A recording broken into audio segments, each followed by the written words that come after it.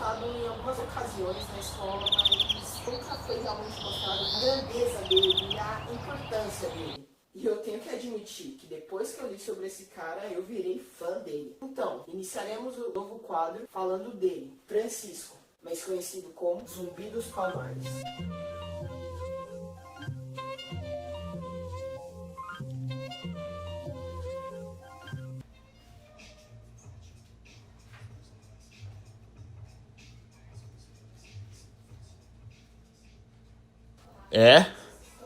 Zumbi dos Palmares novamente. Quero viver de utopia como os meus heróis. Quero poder morrer um dia como os meus heróis. E aí, pessoas que estão me assistindo? Eu sou o PH e depois de 4 anos eu voltei pra falar da figura que originou o quadro Meus Heróis Negros Brasileiros, mano. Zumbi dos Palmares. Sim, Zumbi dos Palmares. E, mano, vocês devem estar se perguntando, PH, por que voltar a falar de Zumbi dos Palmares ainda mais 4 anos depois? Porque, mano, eu recebo frequentemente, tá ligado? Uma penca de comentários. Isso que eu postei esse vídeo em 2015, deslegitimando a história do zumbi. Na verdade, eu pensava que tava deslegitimando, né? Mas depois eu fiquei questionando. Porque, mano, se fosse uma, duas, sei lá, 10 pessoas, tá ligado? Porque esse vídeo deu uma reverberada, tem aí mais de 60 mil visualizações. Mais de 1000 comentários. Falei, mano, pode ser aí uma leve quantia de haters, né? De pessoas que estão aqui só pra atacar. Mas assim, foi uma grande quantia. Eu fiquei pensando, cara, será que só são haters mesmo?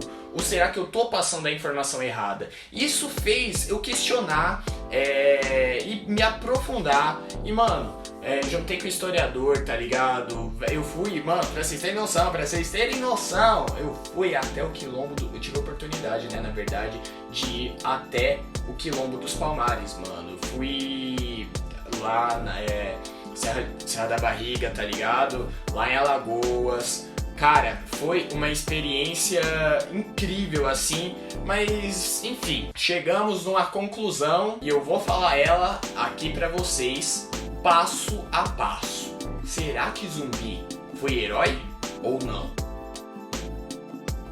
Vamos primeiro contar a história de Zumbi, ou a história que doutrinaram vocês a acreditar. Primeiro que a gente mal aprende sobre zumbi na escola, né? Mas querem falar que doutrina a gente acredita. Então tá, a história que doutrinaram vocês a acreditarem. Mas eu vou resumir, se vocês quiserem saber ela na íntegra completa, vejam meu vídeo de 4 anos atrás, que é o primeiro link na descrição. Tá fixado aqui nos comentários também, tá aí no card. Mano, se você nunca viu esse vídeo, veja lá.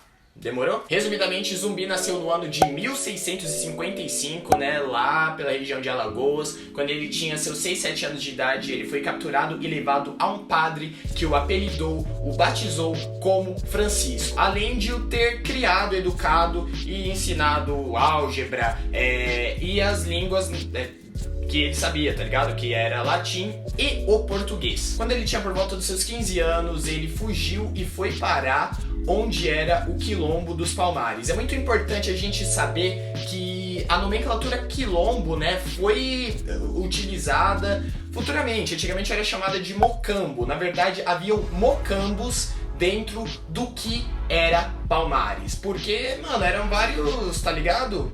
O que hoje é chamado de quilombo antes era mocambo. E eram vários mocambos dentro do mocambão. Vários mocambinhos dentro do mocambão. E o maior mocambinho dentro de Palmares era o mocambo do macaco, né? Era assim que era o nome, que tinha a maior quantidade de escravos refugiados. É muito importante também falar que tinha indígenas, tinham brancos pobres, mas a grande maioria eram negros. E quando ele chegou lá, o maior líder de Palmares era Ganga Zumba, que por pura coincidência era seu tio. Quando Ganga Zumba liderava, haviam em torno de 5 mil habitantes mais ou menos lá em Palmares, mas após a morte de Ganga Zumba, Zumbi foi o maior líder que aquele quilombo, aquele mocambo que Palmares já teve, e contou com cerca de mais de 20 mil habitantes. Houve guerra sangrenta pra tudo quanto era canto, e aí Zumbi não negociava com português nenhum. Aconteceu um monte de coisa, mas o desfecho dessa história foi quando um dos integrantes lá de Palmares chegou até o Domingos Jorge Velho, né, que era um português que,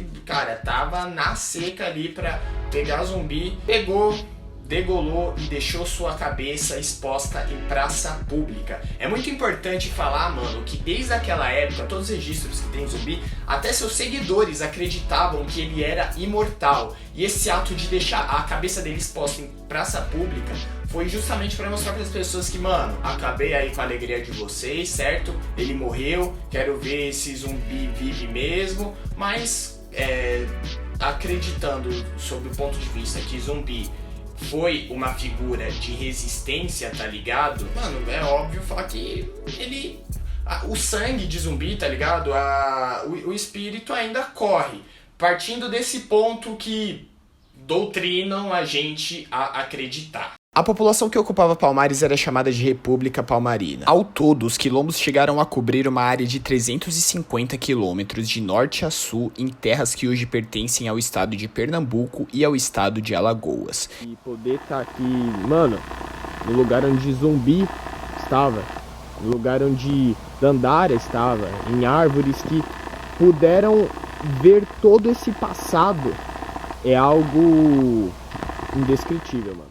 Agora vamos entender por que Zumbi dos Palmares se tornou um herói. Muito se foi produzido sobre zumbi até o ano vigente, mano, até o ano que a gente tá vivenciando agora. Independente do ano que você tá assistindo isso daqui, ainda produzem sim sobre zumbi, mas as leituras que consolidaram a imagem dele foi a do autor Edson Carneiro e também do autor Décio Freitas. É muito importante a gente entender que essa imagem heróica construída acima de zumbi foi completamente necessária, até contrapondo a imagem que fizeram sobre a Princesa Isabel, mano. Até hoje muitas escolas ainda ensinam que a Princesa Isabel foi a grande rainha que libertou os negros e tudo mais. A população negra em si carecia, tá ligado? Da figura de um herói. Então é possível sim que tenham superestimado a figura de Zumbi dos Palmares. Contudo, com relatos históricos, até aquele lance que eu falei pra vocês de que a galera acreditava que Zumbi era imortal, tá ligado? A gente sabe que ele foi um líder nato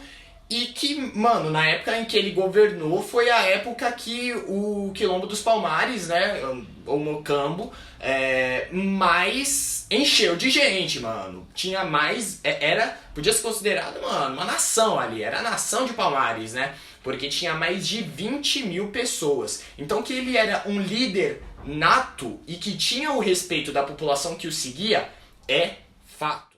Zumbi é brasileiro, né? Zumbi é brasileiro. Mas a Qualtune, a mãe de Gangazumba, veio lá de Angola. E Angola, tanto é que eles chamaram isso aqui de Angola Janga, minha terrinha, minha pequena terra, né? Chamaram o quilombo de Angola Janga. Então, assim, as tradições africanas, elas estavam vivas, né? E o tempo todo sendo resgatadas, mantidas pelos quilombolas, chefes, né? Que organizavam o quilombo. Então, é lógico que aqui tinha vários tipos de pessoas, vários tipos de culturas, não tinha uma religião, não tinha uma figura que dizia, não, aqui a religião é essa.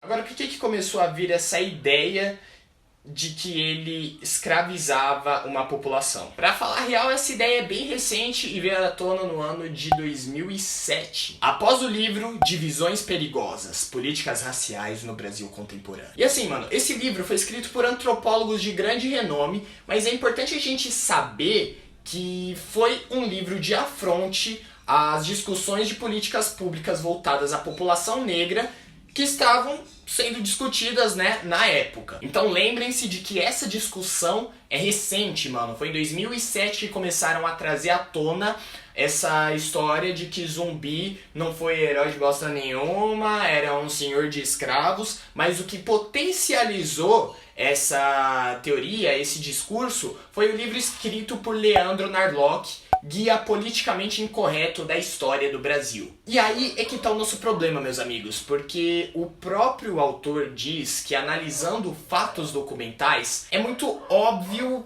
tipo, mano, só quem não quer não vê que Zumbi teve escravos, porque analisando a história do povo negro no século 17, havia um sistema escravagista entre os próprios negros, tá ligado? Peraí, pra ninguém interpretar errado.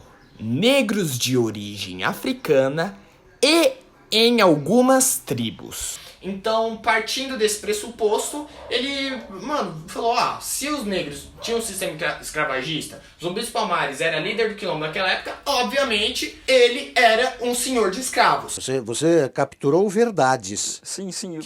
Verdades incômodas. Claro que sempre com a minha ótica, né? Capturei só aquilo que irritava. Mas fiquei tentado em inventar umas coisas, mas me segurei e não inventei. Não. Então o único argumento que ele usa no livro para afirmar que Zumbi tinha escravos é que era comum líderes de tribos africanas terem escravos no século XVII. E só.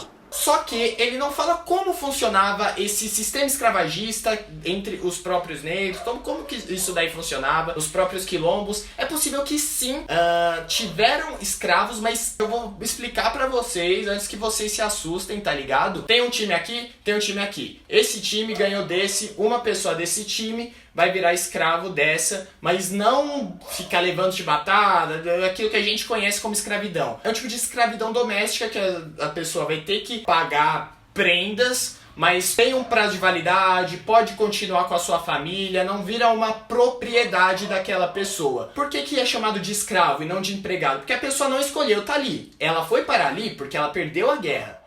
Nas guerras de tribos, uma contra a outra, existiam o sistema de escravidão doméstica. Então, quando uma tribo, quando uma população, um povoado, uma etnia ganhava de outra, o perdedor passava a ser servidor, né, escravo mesmo, daquela comunidade. Só que era um tipo de escravidão, que a gente chama de escravidão doméstica, onde a pessoa tinha um tempo para pagar a sua dívida, às vezes até se casava com a pessoa da outra comunidade, né, e assim tinha um tempo para pagar a sua liberdade.